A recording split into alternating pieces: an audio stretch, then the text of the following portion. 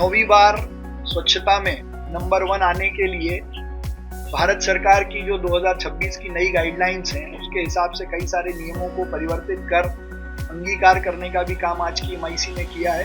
भविष्य के इंदौर में इंटेक, ऑग्यूमेंटेशन और सप्लाई की स्थिति ठीक हो, इस दृष्टि से करीब 2400 करोड़ रुपए से ज्यादा की योजना हमने की थी।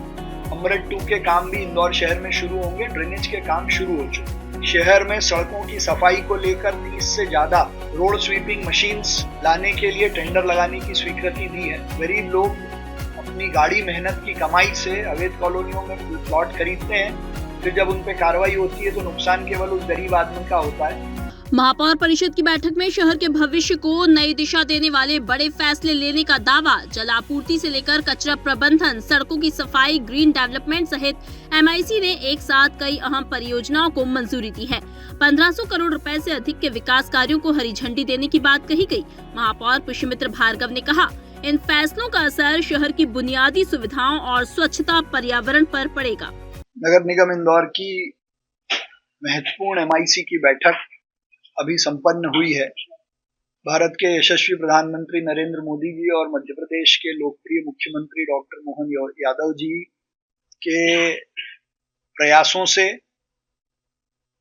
इंदौर को भविष्य की दृष्टि से तैयार करने के लिए नर्मदा जी के चौथे चरण की योजना इस निगम परिषद ने की थी, जिसमें 1100 करोड़ का जो अमृत का प्रोजेक्ट था, विशेषकर पानी के लिए, उसको डिजाइन प्लानिंग में चेंज कर 60 लाख से ज्यादा की आबादी को भी पानी मिले, भविष्य के इंदौर में इंटेक, ऑग्यूमेंटेशन और सप्लाई की स्थिति ठीक हो, इस दृष्टि से करीब 2400 करोड़ रुपए से ज्यादा की योजना हमने की थी, जिसमें पहले चरण में पानी की कैपेसिटी बढ़ाने और उसको ट्रीट करने का भूमि पूजन मध्य प्रदेश के मुख्यमंत्री डॉक्टर मोहन यादव जी कर चुके हैं।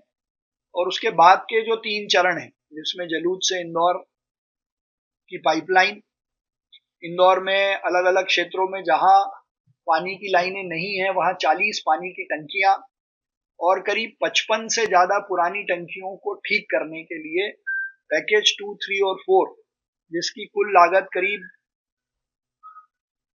1400 करोड़ से ज्यादा होती है, ऐसे 3 चरणों के काम को मध्य प्रदेश की स्टेट लेवल टेंडर कमेटी ने अप्रूव किया था।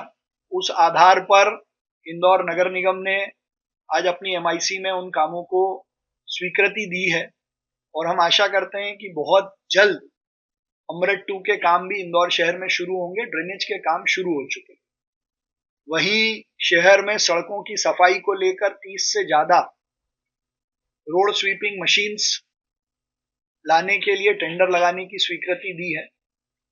प्रधानमंत्री आवास योजना में 2 BHK, 3 BHK फ्लैट्स को टेंडर निकालकर ज्यादा कीमत नगर निगम को मिले, उसकी भी स्वीकृति दी है। साथ ही अन्य महत्वपूर्ण काम, जिसमें सफाई की दृष्टि से, अवैध कॉलोनियों पर रोक लगाने की दृष्टि से, जिसमें विशेष रूप से भी जहां जहां अवैध कॉलोनियां हैं वहां बोर्ड लगाकर लोगों को चेतावनी दें, ताकि गरीब लोग अपनी गाड़ी मेहनत की कमाई से अवैध कॉलोनियों में प्लॉट खरीदते हैं, फिर जब उन पे कार्रवाई होती है तो नुकसान केवल उस गरीब आदमी का होता है। इसलिए इन कॉलोनियों में बोर्ड लगाना, अवैध कॉलोनाइजेशन के खिलाफ कार्रवाई करने के भी निर्देश दिए हैं। साथ ही शहर में 9वीं बार स्वच्छता में नंबर 1 आने के लिए भारत सरकार की जो 2026 की नई गाइडलाइंस हैं उसके हिसाब से कई सारे नियमों को परिवर्तित कर अंगीकार करने का भी काम आज की एमआईसी ने किया है। और सिरपुर स्थित जो हमारा 20 MLD का STP है वो भी लगभग बनकर तैयार है।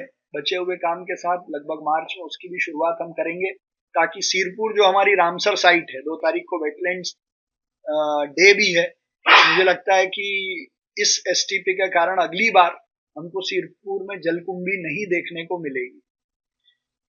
शहर की सुंदरता की दृष्टि से जो केबल यहां वहां लटकी रहती हैं, उनको भी अंतिम नोटिस देकर कार्रवाई करने का निर्णय इस एमआईसी ने लिया है।